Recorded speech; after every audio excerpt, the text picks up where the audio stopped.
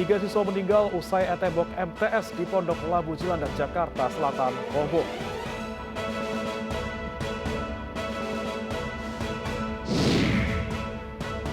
Satu keluarga di Waikanan, Lampung ditemukan tewas di dalam septic tank.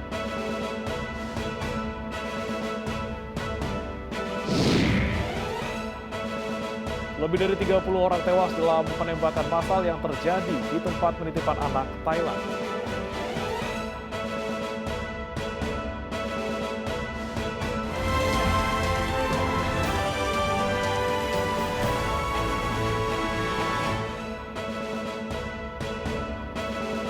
Selamat pagi pemirsa, kami hadir kembali dalam iNews Pagi, melengkapi informasi Anda pagi hari ini. Selain 3 berita utama tadi, kami juga telah menyiapkan sejumlah informasi menarik lainnya, termasuk Polri menetapkan 6 orang tersangka dalam tragedi di Stadion Kanjuruhan, Malang, Jawa Timur. Saya Breman Atenaya, inilah iNews Pagi selengkapnya.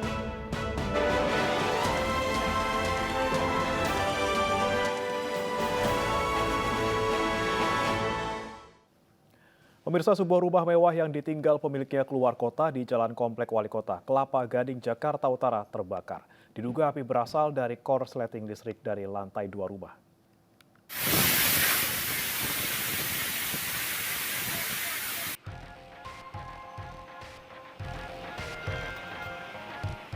Sebuah rumah yang ditinggal pemiliknya yang berada di dalam Komplek Wali Kota RW 10 Kelapa Gading Timur, Kelapa Gading, Jakarta Utara terbakar Kamis sore. Warga yang mengetahui kebakaran dengan cepat menginformasikan ke pemadam kebakaran agar api tidak merambat luas. Belum diketahui penyebab pasti dari kebakaran ini, namun diduga api berasal dari lantai 2 rumah. Itu adalah listrik. Nanti kalau informasi lanjutnya dari puslapor. Sementara ini kosong ditinggal pergi, penghuninya lagi ke Bekasi. Asal api dari lantai 2, ya, lantai 2 ke atas. Api berhasil dipadamkan 1 jam kemudian setelah 7 unit mobil pemadam kebakaran diturunkan ke lokasi kejadian. Kebakaran ini masih diselidiki aparat Polsek Kelapa Gading. Dari Jakarta, Sofyan Firdaus, iNews melaporkan.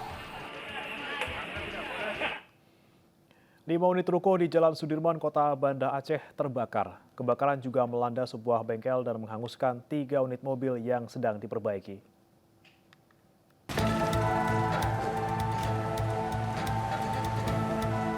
Api menghanguskan 5 unit ruko berkonstruksi kayu di Jalan Sudirman, Kota Banda Aceh, Kamis pagi. Kondisi angin kencang yang berhembus membuat api mudah menjalar ke seluruh bagian bangunan yang terbuat dari papan. Api berhasil dipadamkan petugas damkar BPBD Banda Aceh sekitar 90 menit. Tidak ada korban jiwa, sementara kerugian materi ditaksir mencapai ratusan juta rupiah.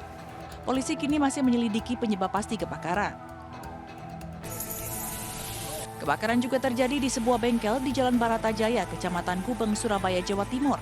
Api pertama kali muncul dari bagian tengah bangunan bengkel yang diduga akibat arus pendek listrik di ruang jet oven mobil. Petugas dengan 12 unit mobil damkar yang tiba di lokasi langsung berupaya padamkan api agar tidak merambat ke rumah warga. Banyaknya bahan mudah terbakar membuat api membesar bahkan disertai ledakan.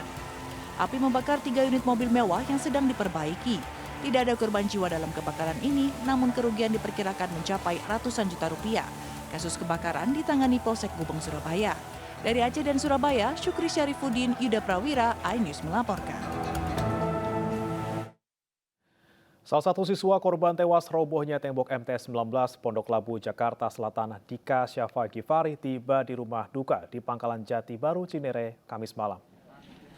Keluarga dan puluhan pelayat menyambut kedatangan jenazah, termasuk jajaran kepolisian Polres Metro Depok. Korban meninggal dunia tertimpa tembok roboh saat hujan deras di jam pulang sekolah. Para guru berupaya mengevakuasi para korban di reruntuhan tembok, namun sayang 3 siswa tidak bisa diselamatkan.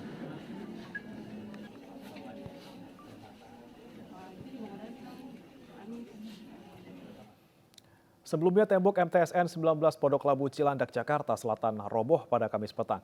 Akibatnya 3 siswa meninggal dunia.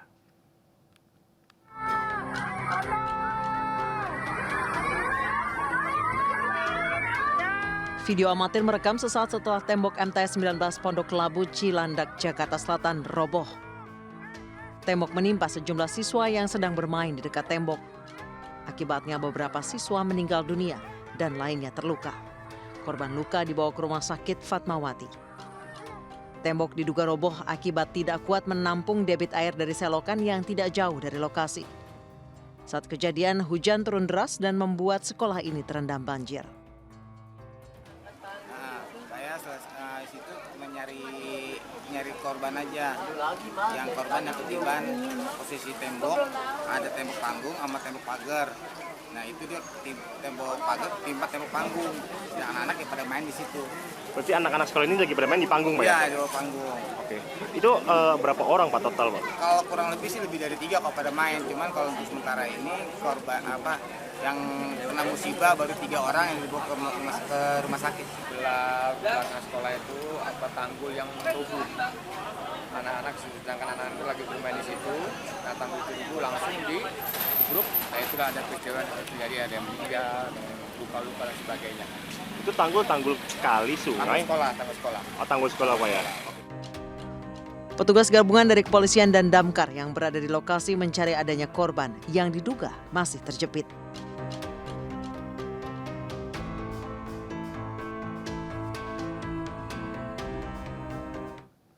Ruas tol Jakarta menuju BSD kemarin malam kembali terendam banjir. Kemacetan panjang pun terjadi.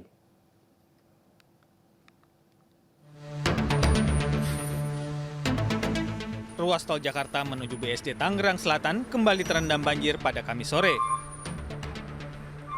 Akibatnya, sejumlah kendaraan terjebak kemacetan panjang di ruas tol tersebut sejauh 2 km. Kemacetan ini diakibatkan karena ruas tol kembali terendam banjir hingga setinggi 70 cm. Selain karena hujan deras, banjir juga diakibatkan karena buruknya sistem drainase yang berada di sisi kiri dan kanan tol. Akibatnya terjadi kemacetan sejauh 2 km dari arah Jakarta menuju BSD maupun arah sebaliknya. Bahkan sejumlah kendaraan diberhentikan petugas hingga menunggu banjir surut. Dari Tangerang Selatan, Banten, Nunung Purnomo, Anyus melaporkan. Tak hanya di ibu kota, hujan deras juga mengguyur sejumlah wilayah. Akibatnya sejumlah pohon tumbang, fasilitas umum terendam banjir hingga warga harus dievakuasi ke tempat yang aman.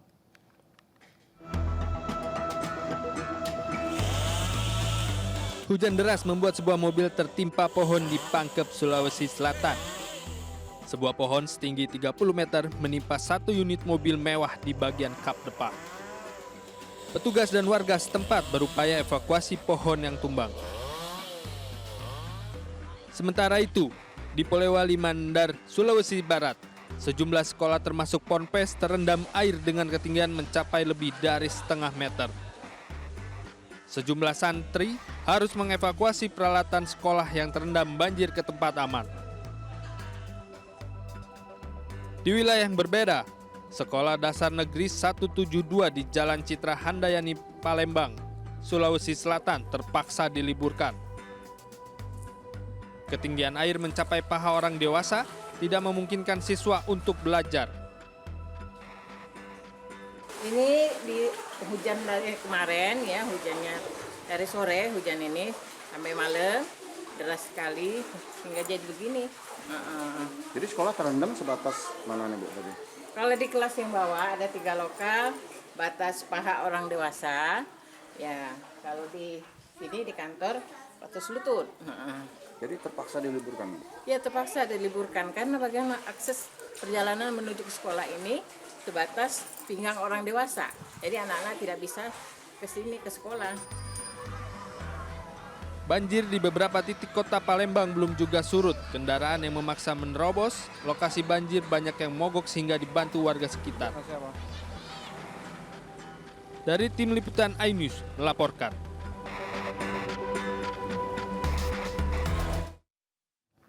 Warga di Temanggung, Jawa Tengah digegerkan dengan penemuan mayat di Sungai Progo. Mayat tanpa identitas ditemukan warga tersangkut di batu sungai. Menurut Kapolres Temanggung AKBP Agus Kuryadi, warga sudah melihat jasad korban sejak pagi, namun mengira korban adalah kasur yang hanyut. Namun setelah air menyusut, baru diketahui adanya mayat di dalam Sungai Progo. Jasad diketahui berjenis kelamin pria berusia sekitar 46 tahun, menggunakan celana pendek dan baju serta menggunakan masker. Di saku jenazah korban ditemukan uang pecahan Rp50.000 dan Rp100.000. Jenazah kemudian dibawa ke RSUD Temanggung untuk dilakukan otopsi guna memastikan penyebab kematian korban. 6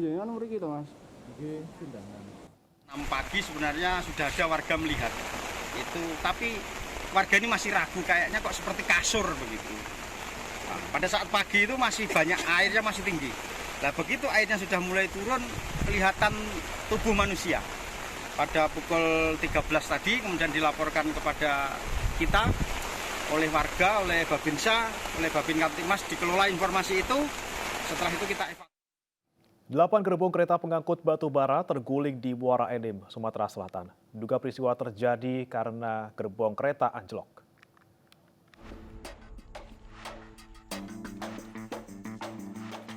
Rangkaian kereta barang yang mengangkut ratusan ton batu bara terguling di emplasmen Penanggiran, Kecamatan Gunung Megang, Muara Enim, Sumatera Selatan. Peristiwa terjadi saat kereta melintas dari arah Tanjung Enim menuju Tarahan, Lampung.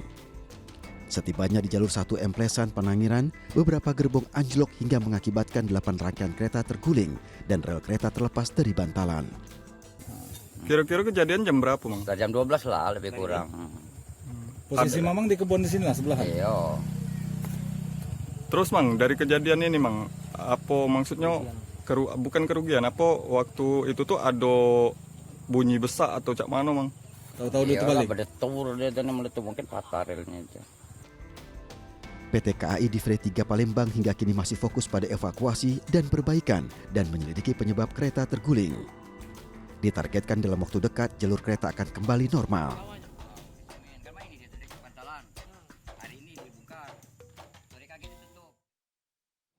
Sebuah mobil pickup tertabrak kereta api hingga terseret 10 meter di Sukabumi, Jawa Barat. Kecelakaan terjadi akibat mesin mobil yang mati mendadak.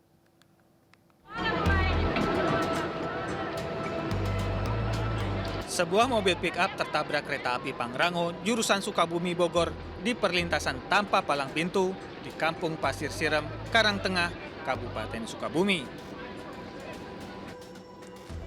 Mobil berhasil dievakuasi warga keluar jalur kereta. Tidak ada korban jiwa dalam kecelakaan ini karena sopir dapat menyelamatkan diri.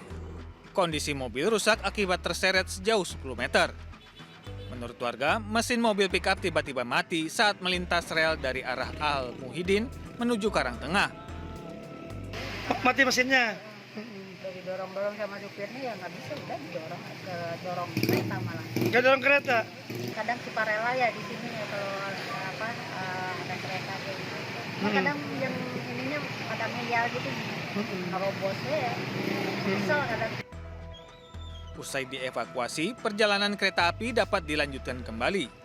Kasus kecelakaan ini kini ditangani unit Laka Lantas Satlantas Polres Sukabumi. Dari Sukabumi, Jawa Barat, Budi Setiawan, Anyus melaporkan. Sejumlah penumpang Transjakarta mengeluhkan penerapan sistem terbaru layanan Transjakarta. Hal ini menyebabkan antrian penumpang yang panjang di sejumlah halte Transjakarta.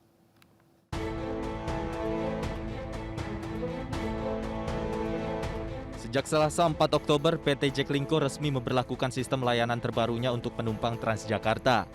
Aturan baru yaitu sistem tap in, tap out, dan satu kartu hanya untuk satu penumpang. Meski pihak Jaklingko telah mensosialisasikan aturan baru ini, rupanya tidak tersampaikan dengan baik kepada para pengguna Transjakarta. Hal ini terlihat dari antrian panjang di halte-halte Transjakarta karena banyak penumpang yang tidak paham mengenai aturan baru ini. Tadi saya naik di Patra Kuningan. Kebetulan habis diisi flash 20.000 kan jelas banget ya. Pas di tap nggak kebuka pintunya. Jadi ini udah kedebet kartunya. Jadi saya ngetap lagi. Sampai 3 kali ngetap nggak bisa, akhirnya lewat pintu petugas. Agak sulit soalnya, jadi kalau misalnya kita buru-buru kemana-mana berdua tuh nggak bisa gitu. Tapi sebelumnya tahu nggak ada sistem baru ini? Nggak ada. Sebelumnya nggak tahu. Terus tadi petugas bilang apa tuh, Mbak? Katanya disuruh 1 berdua tuh nggak boleh, nanti kartunya yang satu itu keblokir, terus habis itu disuruh beli kartu yang lain gitu. Sejumlah petugas Transjakarta disiagakan untuk membantu mengaktifkan kembali kartu penumpang yang terblokir, namun tetap menyebabkan antrian karena banyak penumpang yang tidak paham. Tujuan pemberlakuan sistem satu kartu satu penumpang ini berkaitan dengan penerapan tarif integrasi transportasi Transjakarta, MRT Jakarta, dan LRT Jakarta.